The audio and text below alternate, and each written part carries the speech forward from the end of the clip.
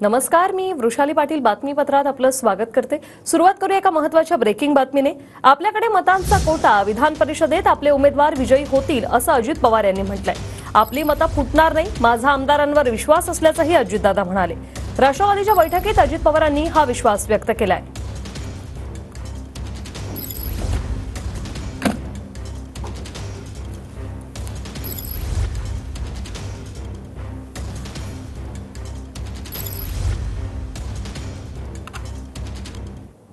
आणि आता आपण पाहूया छत्तीस जिल्ह्यातल्या 50 महत्त्वाच्या बातम्या।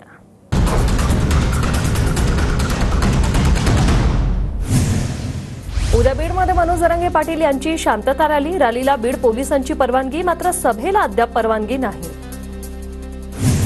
बीड शहरातील शाळांना उद्या सुट्टी जाहीर। जरांगे पाटलांच्या उद्याच्या शांतता रॅलीच्या पार्श्वभूमीवर शिक्षणाधिकाऱ्यांनी केली घोषणा।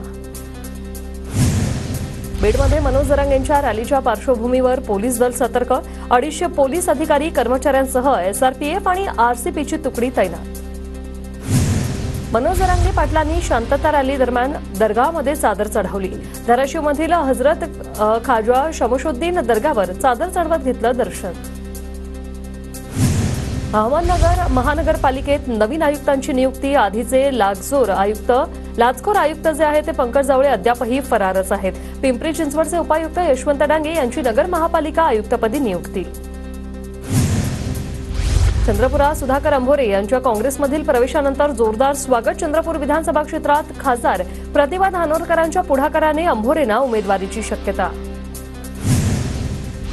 रत्नागिरीत नारायण राणेंच्या संपर्क कार्यालयाचं उद्घाटन। ढोलताशांच्या गजरात कार्यालयाचं उद्घाटन। पश्चिम विदर्भात मागील 3 दिवसांपासून मुसळधार पाऊस। 38 महसूल मंडळात अतिवृष्टीची नोंद। अतिवृष्टीमुळे 11,000 हेक्टरवरील पिकांचं नुकसान। अमरावती शहरात मुसळधार पावसाची हजेरी। पाण्याचा योग्य निचरा होत नसल्याने जिल्हा सामान्य रुग्णालय इरविनच्या परिसरात साचलं पाणी। सांगलीत 4 दिवसांच्या विश्रांतीनंतर पावसाचं जोरदार कमबॅक। सांगली शहरासह जिल्ह्यात अनेक भागात दमदार पाऊस। 5 दिवसांच्या विश्रांतीनंतर भंडाऱ्यात पावसाची हजेरी। भात उत्पादक शेतकऱ्यांना दिलासा। नाशिकच्या त्र्यंबकेश्वर गंगापूर धरण क्षेत्रात पावसाचा जोर। जलसाठ्यात वाढ होण्यास सुरुवात। शेतकऱ्यांमध्ये चांगल्या पावसाची प्रतीक्षा अद्यापही कायम। कोल्हापूर जिल्ह्यासह धरण क्षेत्रात पावसाचा जोर कायम। जिल्ह्यातील धरणं 50% क्षमतेने भरली। इचलकरंजी शहरातील पंचगंगा नदीचं पाणी पात्राबाहेर। साताऱ्यात पावसानं जोरदार हजेरी लावल्यानंतर भांबवली वजराई धबधबा ओसंडून वाहतो। धबधब्याचं विहंगम दृश्य कॅमेऱ्यात कैद। जळगावच्या निमखेड एनगाव परिसरात मुसळधार पाऊस। नदी नाल्यांना पूर, अनेक भागात पाणी साचलं। रायगडच्या माणगाव तालुक्यातील अंबर्लेमध्ये शेतीच्या कामांना वेग। जिल्ह्यात मुबलक पाऊस झाल्यामुळे बळीराजा सुखावला। दिंडोरीचे शरद पवार गटाचे खासदार भास्कर भगरे यांचा करमाळ्यात दुचाकीवरून फिरून वारीमध्ये वारकऱ्यांशी संवाद। करमाळ्यात निवृत्ती महाराजांची पालखी आली असताना वारकऱ्यांच्या घेतल्या भेटीगाठी। पंढरपुरात अनेक घोंगडीची दुकानं सज्ज। आषाढी यात्रेमध्ये भाविकांकडून मोठ्या प्रमाणात घोंगडीची खरेदी। सुप्रसिद्ध गायक महेश काळे विठ्ठलाच्या दर्शनाकरता थेट अमेरिकेहून पंढरपुरात दाखल। अभंगवाणीचा कार्यक्रम सुरू करण्यापूर्वी घेतला विठ्ठलाचा आशीर्वाद। कोल्हापूरच्या कोरोची गावातील यंत्रमागधारक ज्योतिराम शिंदे यांच्या कुटुंबियांकडून वारकऱ्यांची सेवा। पालखी सोहळ्यात सहभागी हजारो वारकऱ्यांसाठी चहा नाश्त्याची सोय करत सेवा। संत ज्ञानेश्वर महाराजांची पालखी आज बरडमध्ये मुक्कामी असणार। ज्ञानोबा माऊली म्हणत वारकरी पंढरपूरकडे रवाना। इंदापुरात संत तुकाराम महाराजांच्या पालखीचं दुसरं रिंगण संपन्न। रिंगणाचे ड्रोन दृश्य खास TV9 मराठीच्या प्रेक्षकांसाठी। मुलुंडमधील तेजल घाणीकरने रेल्वे तिकिटावर साकारलं विठ्ठलाचं हुबेहूब चित्र। चित्रात विठुरायाच्या भक्ती दंग वारकऱ्यांचा आषाढी वारी सोहळा। संत एकनाथ महाराजांच्या पालखीचे सोलापूर जिल्ह्यात आगमन। प्रशासनाच्या वतीने पालखीवर जेसीबीतून पुष्पवृष्टी। वारीत सायकलिंगचा रिंगण सोहळा। 2000 सायकलस्वारांचा रिंगण सोहळा पाहण्यासाठी नागरिकांचीही गर्दी। नाशिकच्या सायकलिंग क्लबचा देखील समावेश। लातूरच्या कृषी उत्पन्न बाजार समितीत अडत व्यापाऱ्यांचं 12 दिवसांपासून काम बंद आंदोलन. बंदमुळे बाजारपेठेतील कोट्यावधींचा व्यवहार ठप्प. खरेदीदारांकडून 24 तासात पैसे मिळण्याची व्यापाऱ्यांची मागणी. बीडमध्ये तणनाशक फवारल्याने पीक जळालं. शेतकऱ्याचं मोठं नुकसान. आर्थिक भरपाई देण्याची मागणी. बीडच्या माजलगाव तालुक्यातील पुरुषोत्तमपुरातील ही घटना. अहमदनगरच्या अंजुनापुरात झाडेच बनली गावाची ओळख. ग्रामस्थांनी 10 वर्षात 15,000 झाडं लावत केलं वृक्ष संवर्धन. जळगावमध्ये शेतकऱ्यांच्या विविध मागण्यांवरून मवी आक्रमक. जिल्हाधिकारी कार्यालयासमोर मवियाचं धरणं आंदोलन.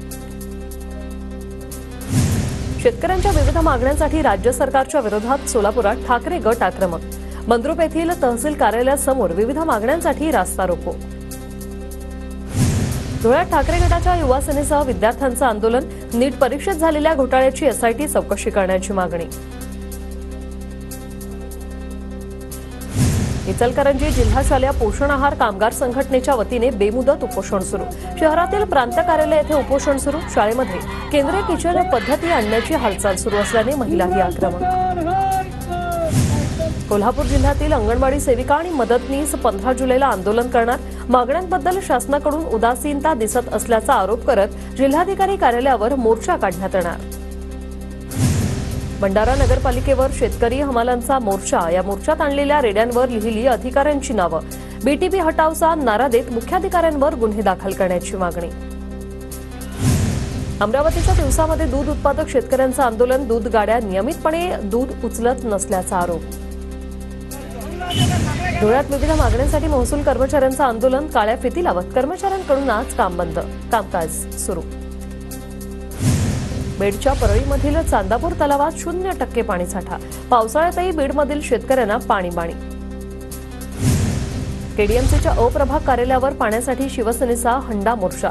कल्याणमधील अटाळी, वडवली, मोहने, आंबिवली या परिसरात भीषण पाणी टंचाई. मुंबई गोवा महामार्गावर उद्यापासून 3 दिवस 4 तासांचा ब्लॉक असणार. कोलाडजवळील पुळ येथे नवीन पुलाचा गर्डर टाकण्याच्या कामासाठी ब्लॉक. नीट परीक्षा गैरव्यवहार प्रकरणी आरोपीला 2 दिवसांची सीबीआय कोठडी. आरोपी एन गंगाधर अप्पा नंजुडप्पा याला लातूर न्यायालयाकडून सीबीआय कोठडी.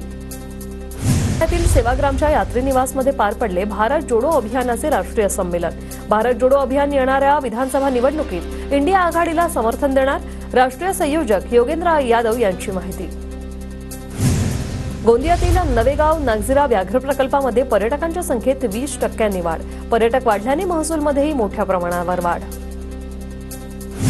शहानूर नदीच्या परिसरात पुलाची संरक्षण भिंत खचल्यानंतर प्रशासनाकडून कामाला सुरुवात. TV9 मराठीने बातमी दाखवल्यानंतर प्रशासनाला जाग. वाशिम जिल्ह्यातील विद्यार्थ्यांना नियमित गणवेश वितरित करण्यासाठी अद्यापही कापड उपलब्ध नाही. यंदाचे शैक्षणिक सत्र सुरू होऊन 10 दिवस उलटत आले तरी विद्यार्थी जुन्याच गणवेशात. नागपुरातील निरीच्या मुख्यालयात सीबीआयची छापेमारी. बनावट कंपन्या आणि बनावट रिसर्च प्रकरणात छापेमारी सुरू असल्याची माहिती. सीबीआयच्या 12हून अधिक अधिकाऱ्यांकडून छापेमारी सुरू. नाशिकमध्ये बसच्या धडकेत 5 वर्षीय चिमुकलीचा जागीच मृत्यू. बस चालक मद्यधुंद अवस्थेत असल्याचा नागरिकांचा आरोप. मालधक्का रोडवरील सिटीलिंक बस डेपोमधील घटना.